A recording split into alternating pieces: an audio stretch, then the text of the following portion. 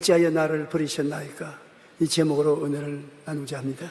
예수님께서 골고다 십자가에 매달려 6시간 동안 물과 피를 다 쏟으셨습니다. 십자가에 매달려서 피와 물을 다 쏟으시고 저녁에 해가 뉘엿뉘엿 져갈 때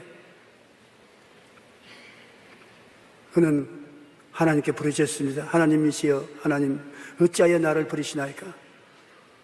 예수님께서 우리 인간들의 죄악을 다 짊어지고 인간 대신 십자가에 매달려 있으니까 하나님이 예수님을 보실 때 여러분과 나를 보신 것입니다. 여러분과 나의 죄악이 너무 심하기 때문에 하나님이 대화할 수 없어요.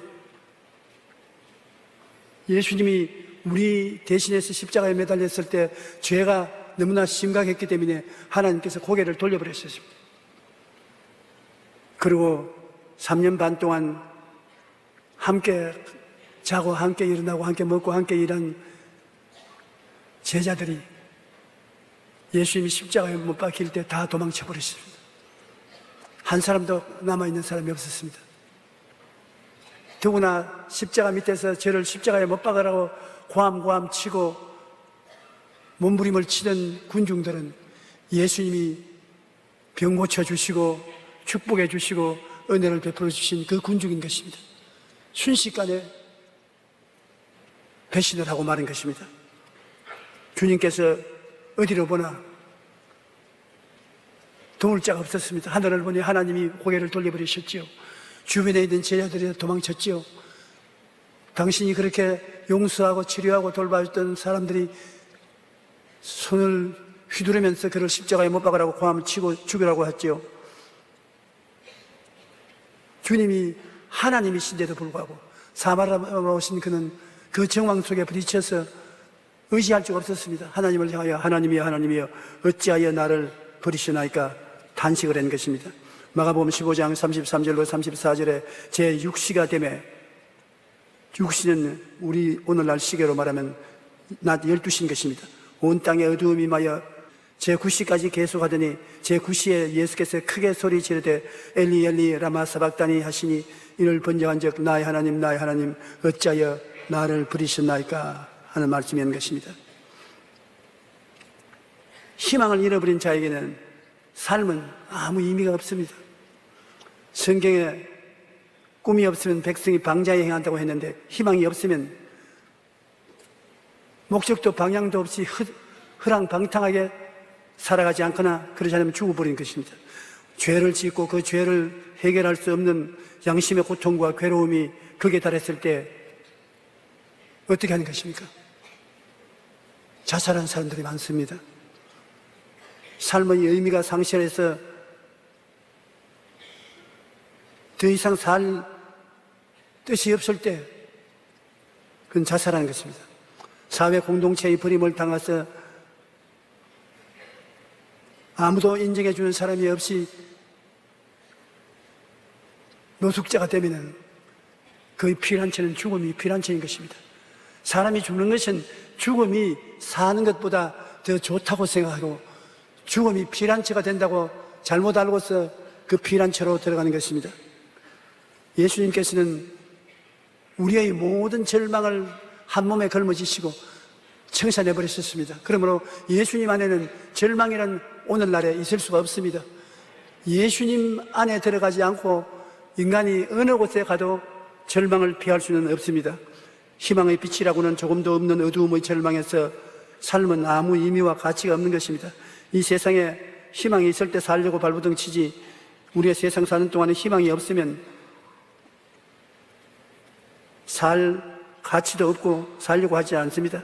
제2차 세계대전 중 유대인이라는 이유로 나치의 강제 수용소에서 3년 동안 수감되었던 독일의 유명한 심리학자 빅터 프랭클은 삶의 의미를 찾으라는 책에서 이런 자기 체험을 말했습니다. 그가 갇혀 있던 수용소에서 1944년 성탄절부터 연말까지 한 주일 동안에 사망자의 수가 급격하게 늘어갔었습니다. 병들어서 죽는 것도 아니고 가스실에 끌려가서 가스를 마시고 죽은 것도 아닙니다. 그냥 무리가 되어서 죽어갔습니다. 왜 그러냐면 그들 생각에 크리스마스 때문에 아무리 흉악한 히틀러라도 죄 없는 자기들을 놓아줄 것이라고 생각한 것입니다. 아무리 유대인을 미워하더라도 죄 없는 유대인들을 갖추어 놓을 수 있겠냐?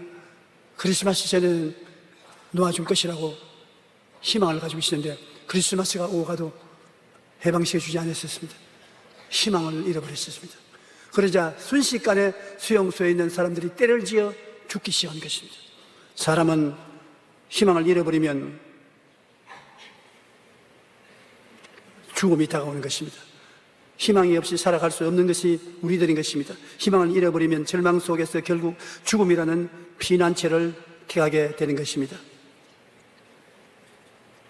요즘 생활고를 견디다 못해서 서로 목숨을 끊는 이른바 생계형 자살이 늘고 있습니다.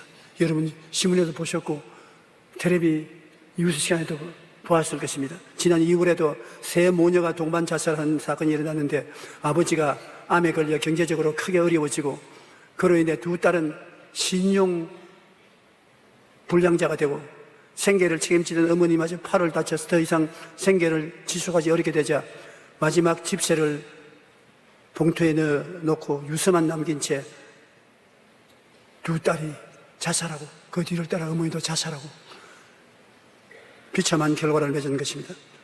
아무 곳에서도 도움을 얻지 못하고 먹고 살 길이 막막해지자 결국 죽음이라는 피난처를 선택하게 된 것입니다. 그런데 자살한 사람들의 유서에서 흔히 발견되는 말이 비록 바로 희망이 없다라는 말인 것입니다. 아무리 힘들어도 희망만 있으면 살아갈 수 있습니다. 그러나 희망을 잃어버리면 죽음을 선택하게 되는 것입니다. 우리가 반드시 직장도 없고 병들고 세상에서 버림받은 사람만 절망에 취해서 죽는 것이 아닙니다. 아주 성공한 사람, 자기가 더 이상 올라갈 수 없이 큰 성공을 한 사람도 성공을 해보니 아무것도 없단 말입니다. 성공하고 난 다음에 자살한 사람이 패배하고 자살한 사람과 거의 동등한 숫자가 되는 것입니다. 구라파에서 이사다라 둥칸이라고 말하면 그 사람 만침 발레를 잘한 사람은 없었습니다. 그의 춤을 추면 사람들은 모두 다 그를 바라보고 정신을 잃을 정도였습니다. 그러나 그의 자신을 보면 그가 무대에서 휘황찬 조명을 받고 수많은 사람의 기립박수를 받고 공연을 다 하고 난 다음에 호텔에 돌아왔으면 침대에 자기 몸을 던져놓고 한없이 울었다. 사는 게 뭐냐? 이렇게 춤을 추고 사람들에게 박수를 받아도 그것이 무슨 의미가 있느냐는 것입니다. 마음속에 예수 그리스도께서 와 계시지 않고는 성공했다고 해서 희망이 있는 것이 아닙니다. 미국의 해밍웨이는 노벨 문학상을 받았습니다. 그런데 왜 해밍웨이가 노벨상까지 받았으면 그렇게 기뻐하고 영광스럽고 좋아야 할 것인데 자살했습니다. 사냥창으로 그 머리에 대고 방아쇠를 당기기 전에 그가 유서를 남겼습니다. 나는 전기의 흐름이 끝이고 필라멘트가 끊어지고 텅 빈 전구같이 너무 인생이 허무해서 살 수가 없다. 꽝 자살하고 마는 것입니다. 톨스토이라는 소련에 나온 위대한 소설가였습니다. 그 톨스토이도 영광의 극치에 도달하고 난 다음에도 너무나 허무해서 살 의미가 없다고 자살했습니다. 그럼 아무것도 없는 사람들도 절망해서 자살하고 다 가진 사람도 그곳에 올라가 보니 아무것도 없더라고 해서 자살하는 것입니다. 사람들은 죄를 숨길 수 없고 양심의 가책이 극에 달해도 자살하고 인생에 의미가 없다고 생각할 때도 자살하고 죽음의 공포에 몰라칠 때도 자살하는 것입니다. 성경에 희망의 횃불을 비추주던 이스라엘의 위대한 선지자 엘리야도 보통 때 자살한 것이 아닙니다. 그가 대적을 하고 있던 원수의 선지자들과 싸워서 이기고 난 다음에 극도의 영광 속에 있어야 될 사람이 그곳에서 자살하려고 한 것입니다. 과로에서 고독함을 느낀 엘리야는 이세벨의 협박에 좌절했습니다. 이세벨은 이스라엘 왕의 이방 여자였습니다. 그가 시집 올 때 이방 신을 가져오고 이방 선지자들을 데리고 왔는데 그들 때문에 이스라엘이 전부 이방 신을 섬기고 타락했을 때 엘리야 한 사람이 야훼의 선지자로서 그들을 대결해 싸운 것입니다. 열왕기상 19장 2절로 4절에 보면 이세벨이 사신을 엘리야에게 보내어 이르되 내가 내일 이맘때에는 반드시 내 생명을 저 사람들 중 한 사람의 생명과 같게 하리라. 그렇게 하지 아니하면 신들이 내게 벌 위에 벌을 내림이 마땅하니라. 엘리야가 이세벨이 데려온 이방인 바알신 선지자 400명, 아세라신 선지자 450명을 다 죽였습니다. 그러니까 복수를 그 이튿날은 꼭 하겠다고 이세벨이 연락을 했습니다. 그가 이 형편을 보고 일어나 자기의 생명을 위해 도망하여 유다에서 간 브엘세바에 이르러 자기의 사원을 그곳에 머물게 하고 자기 자신은 광야로 들어가 하루길쯤 가서 한 로뎀 나무 아래 앉아서 자기가 죽기를 원하여 이르되 야훼여 넉넉하오니 지금 내 생명을 거두어 주시옵소서. 나는 내 조상들보다 낫지 못하나이다. 이스라엘에서 엘리야라면 모르는 사람이 없을 정도로 위대한 하나님의 종이요, 그가 기도하면 3년 6개월 동안 비가 오던 하늘에 먹장 구름이 덮고 비를 내리던 그 엘리야, 하나님이 살아계셔서 그를 통해서 역사하는 것이 뚜렷했는데 그가 바알신과 아세라신 섬기는 사람과 어느 신이 참신인지 갈멜산에서 경쟁하고 그가 기도하니까 하늘에서 불이 내리므로 불이 내린 신이 참신이라는 것을 인정받고 그들을 잡아서 기드론 시내가에 내려가서 다 목을 쳐 죽이고 시내로 들어와서 쉬는데 이세벨의 협박 공갈의 전달을 받고 그렇게 낙심할 수가 없습니다. 그런 위대한 사람도 공격을 당하면 낙심하는데 여러분이나 내가 시련을 겪어서 낙심하는 것은 어린애 장난입니다. 사람들이 이렇게 되면 낙심할 것이라고 생각하지만 그보다 더 쉽게 사람들은 낙심하면 자살하게 되는 것입니다. 그래서 엘리야가 과로에 고독했습니다. 그렇게 큰 성과를 거두고 난 다음에도 혼자입니다. 아무도 찾아오는 사람 없습니다. 너무 훌륭하고 위대하니까 사람들이 그를 대하여서 대화를 할 상대로 삼아주지 않습니다. 물론 고독함을 감당하지 못해서 도망을 쳐서 죽기를 원했으나 그가 잠을 자고 있는데 하나님께서 천사를 보내서 물과 떡을 먹이고 마시고 어루만져 주어서 하나님이 그래도 안 버리고 있다는 것을 보여줌으로 말미암아 소망을 회복시켜 주는 것입니다. 절망하는 사람에게는 사랑과 행복을 나누어 줘야 되는 것입니다. 여러분에게는 별 어려운 일이 아닌 것 같아도 절망한 사람에게는 조그마한 소망, 사랑, 이것이 절실히 필요한 것입니다. 적은 위로의 말, 따뜻한 손길 하나가 새로운 용기와 희망을 주는 것입니다. 열왕기상 19장 5절로 8절에 보면은 로뎀나무 아래 누워 자더니 천사가 그를 어루만지며 그에게 이르되 일어나 먹으라 하신지라. 본즉 머리맡에 숯불에 구운 떡과 한 병 물이 있더라. 이에 먹고 마시고 다시 누웠습니다. 낙심해서 보통 일어날 힘이 없는 것입니다. 다시 누웠더니 야훼의 천사가 또 다시 와서 어루만지며 이르되 일어나 먹으라. 내가 갈 길을 다 가지 못할까 하노라 하는지라. 이에 일어나 먹고 마시고 그 음식물의 힘을 의지하여 40주 40야를 가서 하나님의 산 호렙에 이르니라.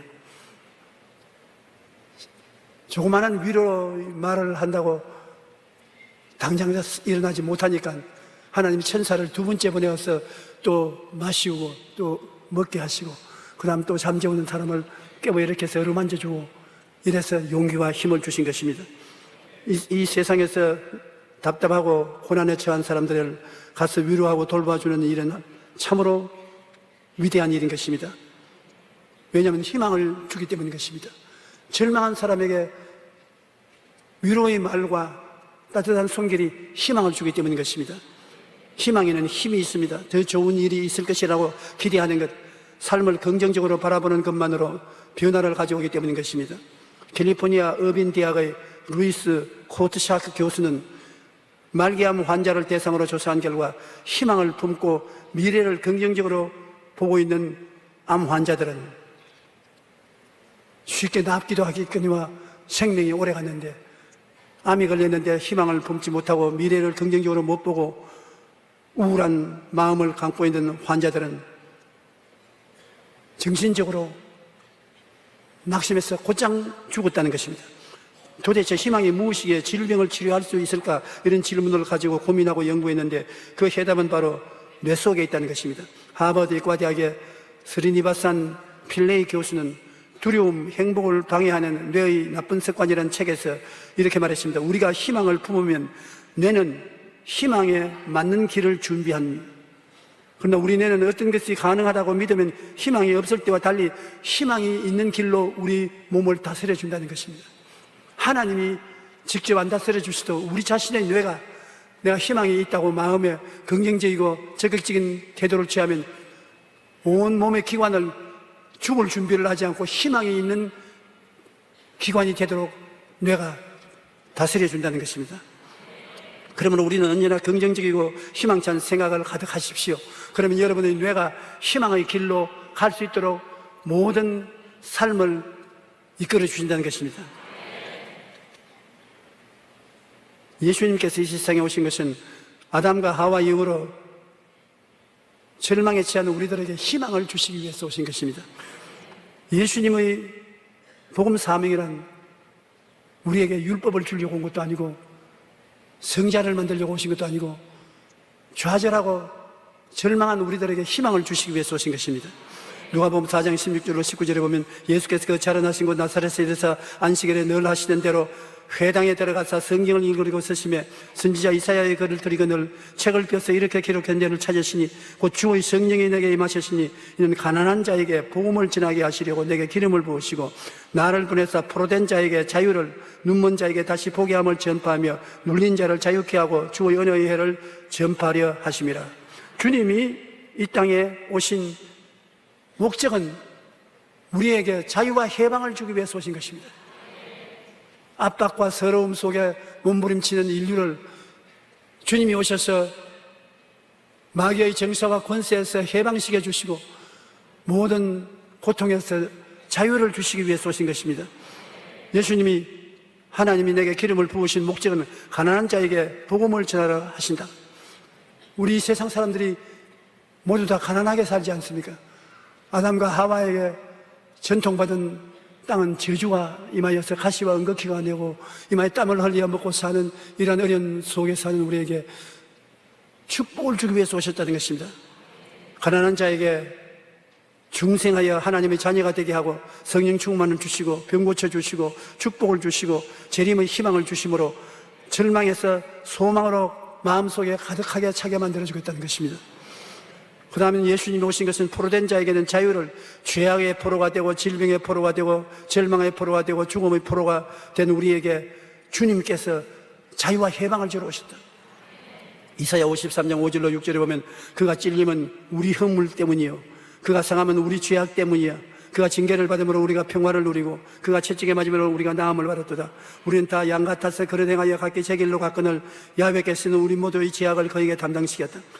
예수님께서 이 땅에 오신 것은 여러분 가난한 자에게 복을 주시고 그 다음에는 포로된 자에게 자유를, 눈먼 자에게 다시 보게 함을 전파하며 눌린 자를 자유케 하고 은혜의 해를 전파하기 위해서 우리 대신 모든 수고하고 무거운 짐을 갚은 것입니다. 여러분 이사야 53장 5절로 6절을 우리라는 말을 내라고 바꾸어서 우리 다 같이 한번 읽어보십시다. 그가 찔림은 나의 허물 때문이요 그가 상함은 나의 죄악 때문이라. 그가 징계를 받음으로 내가 평화를 누리고 그가 채찍에 맞음으로 내가 나음을 받았도다. 나는 양 같아서 그릇 행하여 각기 제 길로 갔거늘 야훼께서는 우리 무리의 죄악을 그에게 담당시켰다. 그럼 이 성경하고 여러분 자신하고 오늘 비교해 보실 때 어떻습니까? 여러분은 옛사람이 완전히 예수를 통해서 옛 모습을 벗어버리고 새 사람이 되어서 여러분은 이제는 허물이 사함받아 버렸고 죄악을 벗어버리게 되고 마음의 축복과 평화를 누리게 되고 병은 나아서 건강하게 되고 영혼이 잘됨 같이 범사에 잘되며 강건하고 생명을 얻되 풍성하게 얻도록 예수님이 십자가에서 다 이루신 것입니다. 그러므로 여러분 자신을 온전하게 알아야 돼요. 여러분 자신을 생각할 때 죄짓고 불의하고 추악하고 버림받아야 마땅하고 무능력하고 아무것도 없는 빈손든 인간이라고 생각했다면 그것은 마귀의 말을 착실하게 들은 사람인 것입니다. 마귀가 여러분에게 와서 그렇다고 말합니다. 그런데 예수님이 말한 것을 보면 여러분 어떻습니까? 완전히 자유와 해방입니다.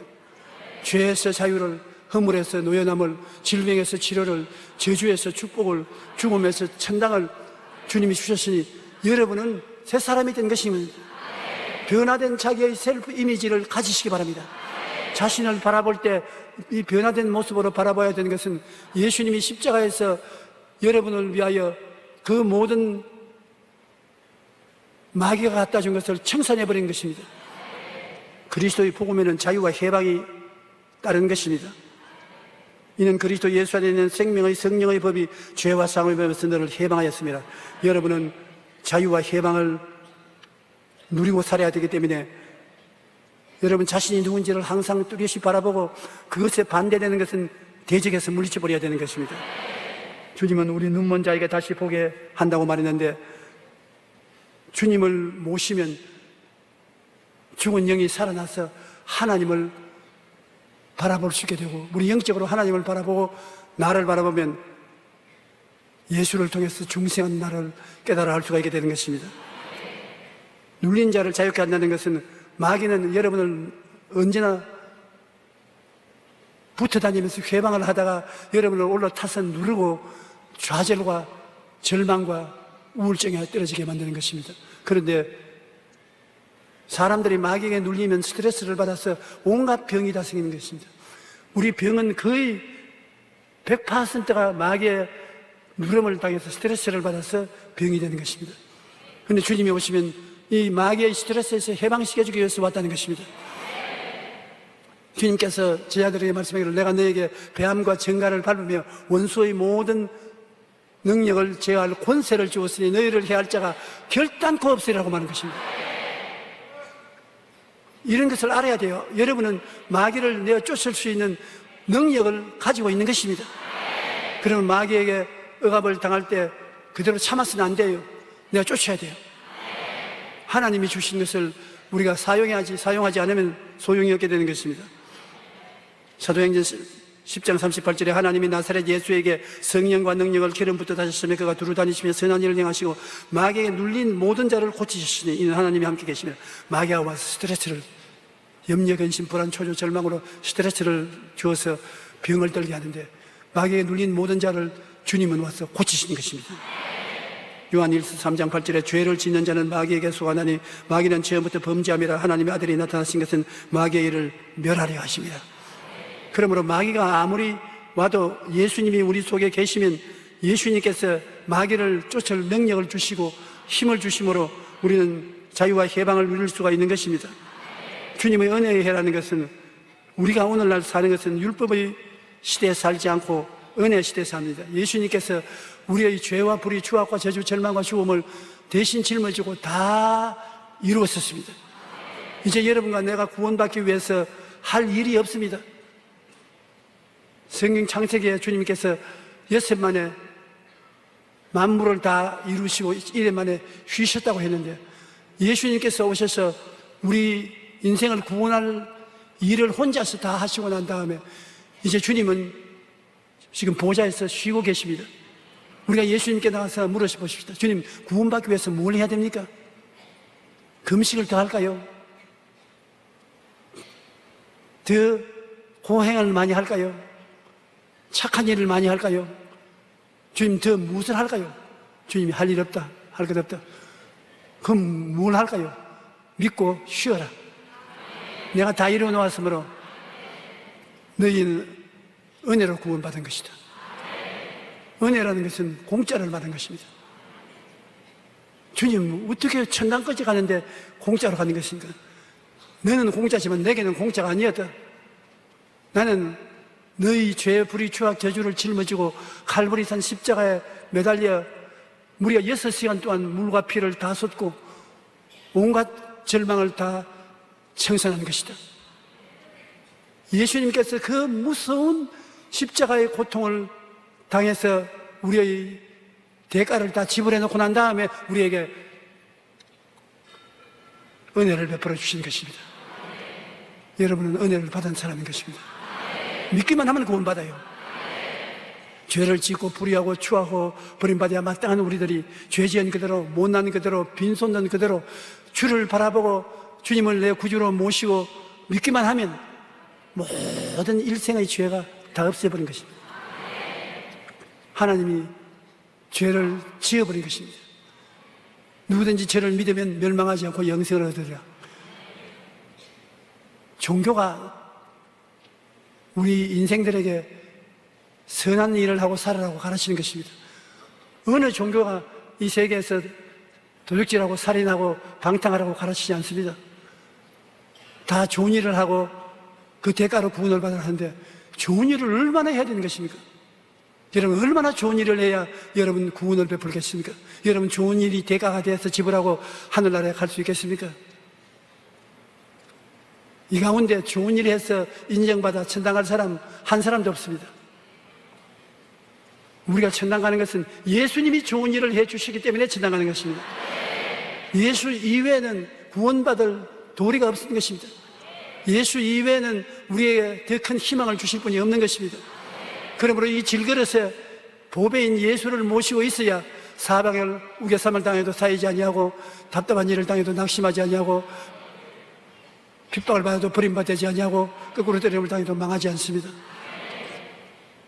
성공했다고 그 마음속에 희망이 넘쳐나요? 아닙니다. 패배해도 희망이 없고 성공해도 인간에게는 희망이 없습니다. 예수님 밖에 우리에게 희망이 될 수 없습니다. 그러므로 우리는 예수 그리스도를 마음속에 깊이 모시고 나가야 되는 것입니다. 이사야 61장 2절로 3절에 보면 야훼의 은혜의 해와 우리 하나님의 보복의 날을 선포하여 모든 슬픈 자를 위로하되, 오늘 예수님이 오신 것은 우리 모든 슬픈 자를 위로하되 무릇 시온에서 슬퍼하는 자에게 화관을 주어 그 죄를 대신하며 기쁨의 기름으로 그 슬픔을 대신하며 찬송의 옷으로 그 근심을 대신하시고 그들이 의의 나무 곧 야훼께서 심으신 영광을 나타낼 자라 일컬음을 받게 하리 하심이라. 얼마나 좋은 하나님이신 것입니까?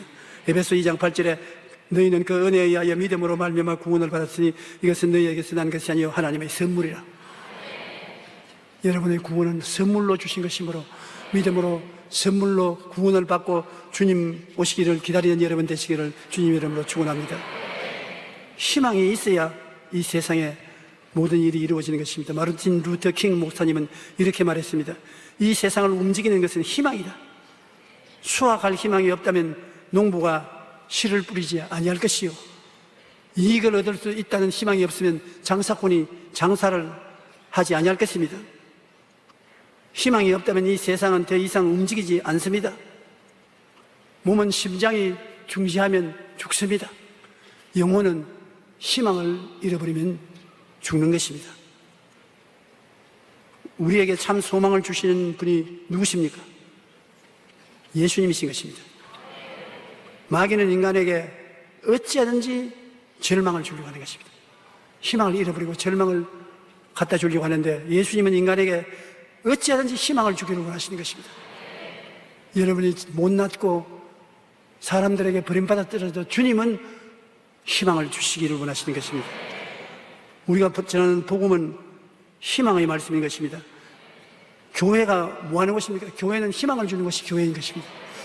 좌정되고 절망된 사람들을 불러서 희망을 주어서 살아갈 수 있는 용기를 주는 것입니다. 요한복음 9장에 보면 예수님께서 앞을 보지 못하는 사람을 고치시는 이야기가 나옵니다. 그는 태에서 날 때부터 앞을 보지 못한 채 살았지만 예수님을 만남으로 육신의 눈을 뜨고 영적인 눈조차 밝아져서 육신으로 고침받고 영적으로 구원을 받을 수 있게 된 것입니다. 그러나 그와 반대로 당시 종교 지도자들은, 바리새인들은 자신들이 두 눈을 뜨고 있다고 생각했지만은 실상은 주님을 대적하고 십자가에 못 박는 우를 범해서 장님이라는 것을 보여준 것입니다. 예수님을 만나야 눈을 뜨는 것입니다.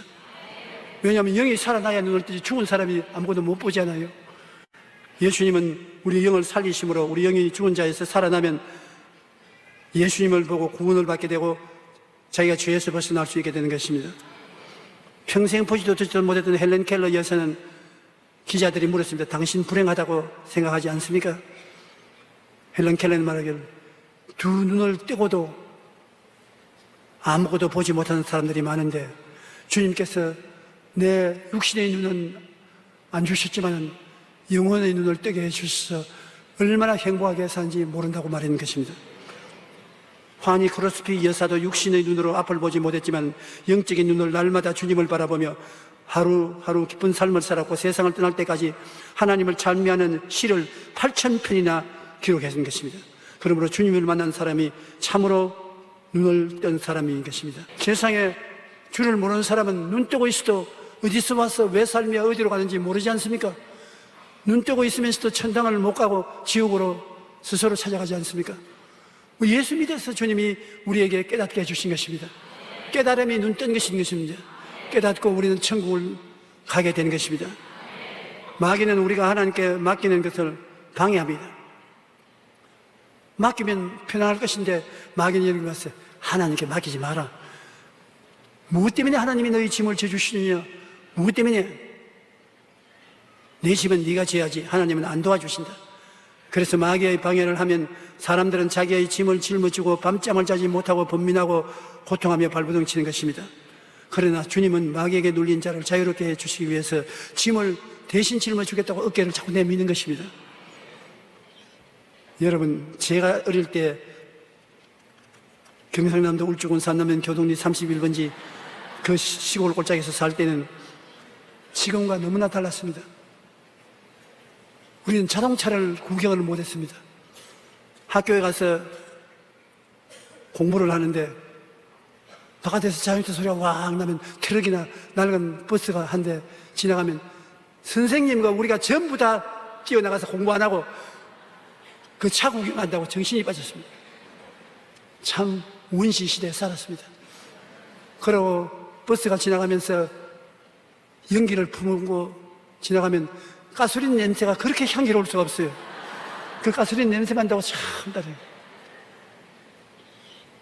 그런데 그때 사람들이 다른 데 여행을 하려면 기차를 타거나 버스를 타는데 기차역에서나 버스역에 내려오면 지게꾼들이 줄을 쫙 서 있어요.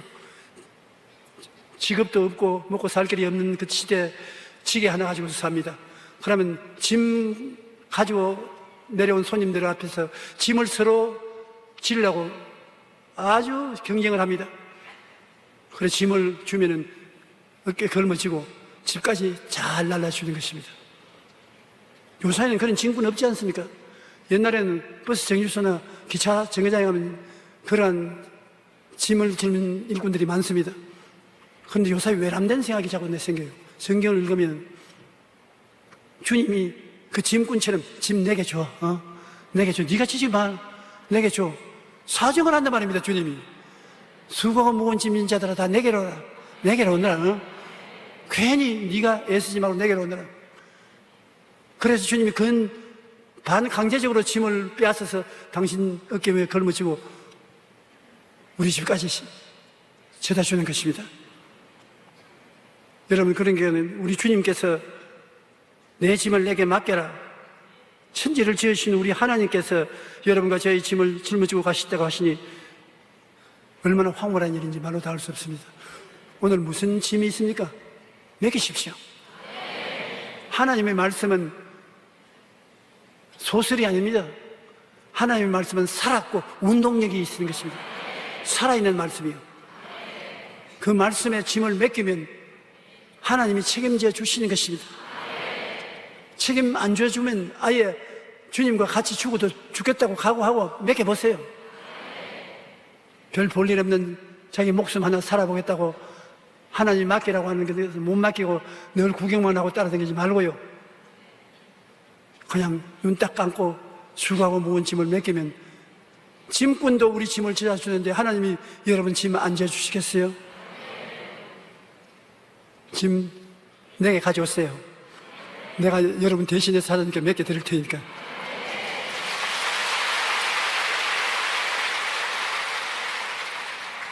주님께서는 마지막 끝까지라도 여러분에게 희망을 주어서 살리려고 하는 것입니다. 이 세상에 태어났으니 주님께서 이 세상에서 영원히 잘 되고 범사에 잘 되며 강건하게 살다가 천당 올라오라는 것입니다. 천당은 이루 말할 수 없이 좋은 곳이요, 지금 걱정할 필요 없습니다. 우리가 믿고 발버둥 치는 것은 이 땅에 사는 이 생명조차도 주님이 희망을 가지고 사람답게 살다가 올라오라는 것입니다. 이 땅의 희망을 저버리면 안 되는 것입니다. 천당에 가서 잘 사는 건 물을 필요 없어요. 나는 여러분에게 안 물어봐줘도 자랑할 수 있는 것은 천당에 우리 집 굉장히 좋습니다. 오시면 놀러 오십시오. 천당 걱정은 지금 할 필요 없어요. 지금 살아있는 오늘 이 시간 이 자리에 내일 모레 다음 달 명년 주님이 우리가 잘 살게 되기를 원하시는 것입니다. 그렇기 때문에 주님께서 낙심하지 않고 희망을 갖기를 원하는 것입니다. 오 헨리가 쓴 마지막 입새라는 소설에 보면 삶에 대한 희망을 참 깊게 잘 설명해 놓은 것입니다. 뉴욕의 그리니치 빌리에 존 씨라는 여인이 살았는데 그는 병이 들어서 나날이 여백하고 죽어가고 있었습니다. 사람들이 말하기를 창문을 열면 저쪽 이웃집에 담벼락에 능굴이 걸려있어요. 그걸 뭐랍니까? 능굴에 여러 가지 불이 많이 붙은 담장의 능굴. 담장의 능굴이 있는데 가을이 되어 가니까 한 입, 두 입 떨어집니다. 그러니 그는 침대를 창문가에다 갖다 놓고 앉아가 보면서 저 마지막 잎새가 떨어지면 내 죽는 날이다. 그래서 하나가 떨어지면 기운이 또 떨어지고 두 개가 떨어지면 또 기운이 떨어집니다. 네, 그 같은 아파트에 나이 먹은 화가가 있었어요. 그림을 그리는 화가가 있었는데 그 화가가 이 말을 듣고 하루 저녁에 보니까 폭풍우가 불었어. 확 천둥이 치고 비바람이 부는데 이 병든 여인은 생일을 내일 아침이면 내가 창문을 열고 보면은 담장의 냉물에 마지막 잎사귀가 떨어지고 없을 것이다. 그때가 나의 죽는 날이다. 그런데 이 화가는 아유 내일 아침이면 마지막 잎사귀가 떨어지겠구나. 큰일 났다. 그래가 밤새도록 비바람이 불어서 아침에는 조용해지는데 이 여인이 죽을 때가 왔다고 생각하고 창문을 열고 내려다보니 그렇게 비바람이 불었는데 이 잎새 하나가 달려있는 것입니다. 그래서 그 여자가 팡 꿀리면서 야 죽어마, 그 폭풍우가 저 능굴 잎새 하나를 마지막까지 떨어지지 못하는 거 보니까 너 내 생명 못 빼앗아 간다. 나는 산다. 희망을 얻었습니다. 그 여자 순식간에 생기가 돌아오고 병이 물러가고 건강해지는데 그와 동시에 며칠 만에 그 아파트에 있는 화가가 급성 폐렴이 걸려서 죽었습니다. 그 왜냐? 거의 벗어놓은 옷이 흙에 묻어있고 물에 젖어 있었습니다. 밤새도록 밖에 나가서 마지막 잎새를 그리는 것입니다. 그래서 묶어서 바람에 안 날아가도록. 그런 동안에 폐렴이 걸려서 죽었습니다. 그는 한 여인을 살리기 위해서 끝까지 마지막 잎새를 그림으로 그려서 담장에 있는 걸로 벽에다가 붙여놓은 것입니다. 나는 이것을 읽을 때 한 생명을 살리기 위해 거센 비바람 속에서 자신의 생명을 바친 마지막 잎새를 그린 그 화가가 우리 예수님으로 착각을 할 때가 많습니다. 여러분, 우리는 실망하고 좌절하고 절망하는 인간으로 마지막으로 죽을 수밖에 없었는데 주님이 십자가에 매달려서 우리를 위해서 자기 생명을 마지막까지 준 그것을 생각할 때 한 생명을 살리기 위해 밤새도록 세찬 비바람을 맞으며 그림을 그린 그 베어만이라는 화가와 같이 예수님은 자기 생명을 내버리고 여러분과 나를 위해서 구원의 길을 열어주신 것입니다. 우리는 예수 그리스도의 얼굴을 쳐다보고 그 속에서 희망을 얻어야만 되는 것입니다. 예수님 없으면 우리는 어디든지 희망을 얻을 수가 없어요. 그러나 예수님을 바라보면 희망을 얻을 수 있는 것은 예수님은 사람을 외모로 보지 않습니다. 여러분이 어느 훌륭한 집안에서 태어났느냐, 얼마나 공부를 많이 했느냐, 어떤 학위를 가지느냐, 어떤 백을 가지고 있느냐, 이런 것 주님 묻지 않습니다. 죄를 짓고 불의하고 추악하며 못나고 남도 자기도 인정하지 못하는 노숙자라도 예수님은 당신에게 오면은 품에 품고 그 대신 모든 죄와 불의, 추악과 저주를 짊어져 주시는 것입니다. 너희 수고하고 무거운 짐은 내가 다 맡겠다. 제발 너는 구원을 받고 잘 살아다오. 주님이 여러분 보고 사정을 하는 것입니다. 제발 잘 살아다오. 천당은 내가 준비한다. 너희는 마음에 거짓말하지 말라. 하나님을 믿으니 또 나를 믿어라. 내 아버지 집에 있을 곳이 많도다. 내가 너희를 위해서 처소를 예비하러 가느니 가서 처소를 예비하면 다시 와서 나 있는 곳에 너희도 함께 있게 하겠다. 천당은 오케이요. 걱정하지 마세요. 이미 주님이 다 이루어놓은 것입니다. 주님은 제발 이 땅에 사는 동안에 병신같이 살지 말라. 죄를 짓고 불의하고 추악하고 버림을 받아야 마땅하지. 그렇게 살았지 않냐? 마귀가 너에게 죄의 사슬을 묶고 허물 사슬로 징징통이 메고 병들게 하고 저주받아 가난하고 헐벗게 하고 죽음의 공포 속에 떨게 만들고 있지 않느냐? 그곳에서 벗어나서 영혼이 잘되고 범사에 잘되며 강건하고 생명을 얻되 풍성하게 얻고 머리가 되고 꼴이 되지 않고 위에 꽈리 내려가지 아니하고 남에게 꾸어줄 짓을 꾸지 않는 삶을 살아라. 그렇게 살아다오. 주님은 어떻게 그렇게 삽니까? 십자가에서 내가 다 이루었다는 말 귀에 들리지 않냐? 내가 다 이뤄놓았으니까 이제는 믿음으로 강하게 나는 그런 사람이 되었다고 꿈을 꾸고 다른 꿈 꾸지 말고 나는 주님으로 말미암아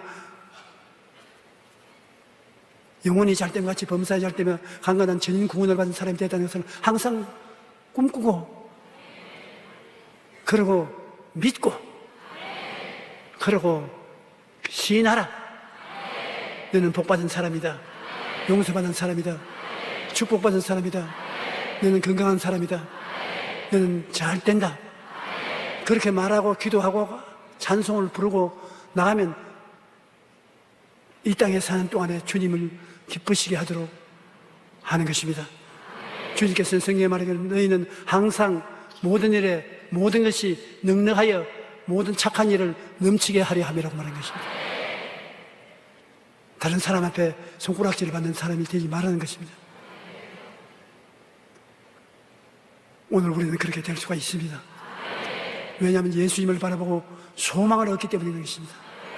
소망을 얻어 여러분 마음에 꿈을 품으면 꿈이 여러분을 이끌고 가는 것입니다. 여러분이 꿈을 이루지 않습니다. 여러분 꿈을 못 이룹니다. 그러나 예수님이 여러분 속에 계시면 꿈을 꾸게 되는 것입니다. 주님이 우리와 같이 계시니 꿈을 꾸지 않을 수가 없습니다. 주님이 주시는 꿈을 마음속에 받아들여 꿈을 꾸고 살면 꿈이 여러분을 이끌고 가는 것입니다.